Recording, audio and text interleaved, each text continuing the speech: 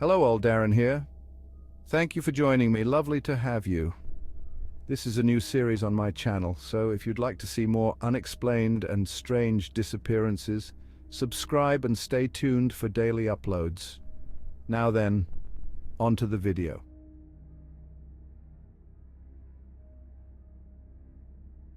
Camilla Lyman was born in 1932 to Arthur Lyman, a prominent wealthy Bostonian who spent 30 years in public service. Camilla had two sisters, Mary and Edith, and a brother named Arthur Jr., but she appeared to be Arthur's favorite as they had a mutual interest in dog breeding. Camilla quickly showed herself to be an excellent trainer and became well known in dog breeding circles. She lived a typical upper-class lifestyle and was cute and perky, according to her sister, Mary Margaret Goodale. However, she had no interest in marrying or having a family, choosing rather to spend her time raising Clumber and Field Spaniels, her favorite dog breeds.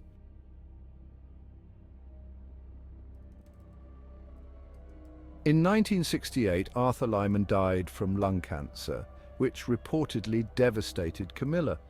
She became more withdrawn from her family, eventually cutting them off almost entirely.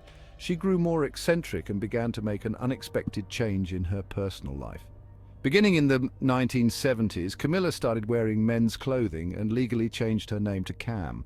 Standing at exactly 6 feet, Camilla could easily pass as male and was said to resemble her deceased father. Now, living as a man, Cam started taking steroids to get more masculine features and grew a moustache. Although, according to the Lyman family, he never took the step to get gender reassignment surgery. Cam also began to associate with fellow dog breeder George O'Neill, who increasingly started taking over Lyman's finances and became Cam's only confidant. It was O'Neill who convinced Cam to purchase a 40-acre estate in Hopkinton, Rhode Island, where Cam would spend the remainder of his life in seclusion along with 58 dogs that he kept on the property. He was reportedly a cranky neighbor who rarely spoke to anyone else, and left O'Neill to feed his dogs, bring him the mail, and so on. And so,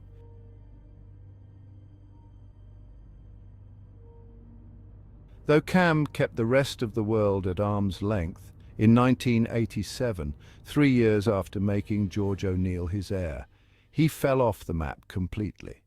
The last communication anyone had with Cam Lyman was on July 17, 1987, when he was speaking to George O'Neill. According to O'Neill, they were speaking over the phone when the line abruptly went dead. The next day, he went over to the Hopkinton property where he said he found the phone ripped from the wall. Despite this, he went 13 months before going to the police when Cam's brother Arthur filed a missing persons report. O'Neill justified his silence by saying that Cam had been talking about going to Europe to have a sex change operation. The cash case of jewels that Cam kept with himself at all times and a few changes of clothes were missing from the property, which seemed to suggest that O'Neill was telling the truth about Cam leaving for Europe. But his bank accounts and credit cards had not been touched since his disappearance.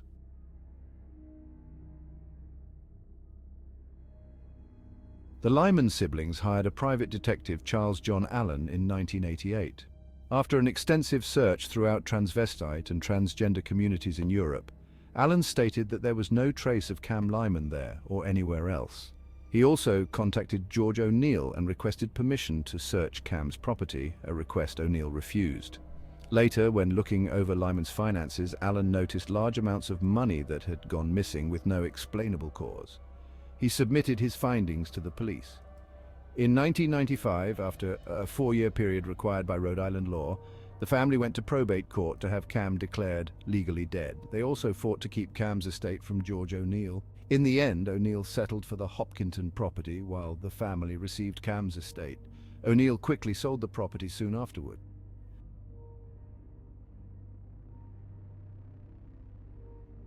On September 24, 1997, a decade after Cam's disappearance, John Scuncio became the new Hopkinton police chief and reopened the case.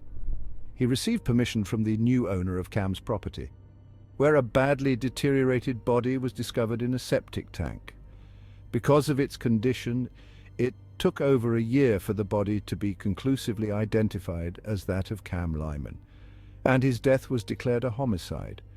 That most likely occurred at the time of his disappearance. Although George O'Neill was the main suspect, he He was never charged with murder. In 2003, he was, however, charged with embezzling $15,000 from Cam Lyman. He was sentenced to a year in prison and ordered to pay a $450 fine. He has made only one statement about Cam Lyman, saying, "She's dead. I don't know anything about it." The murder remains unsolved.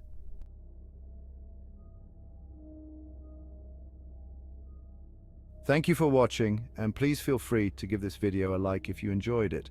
See you soon, and remember, stay vigilant and stay safe.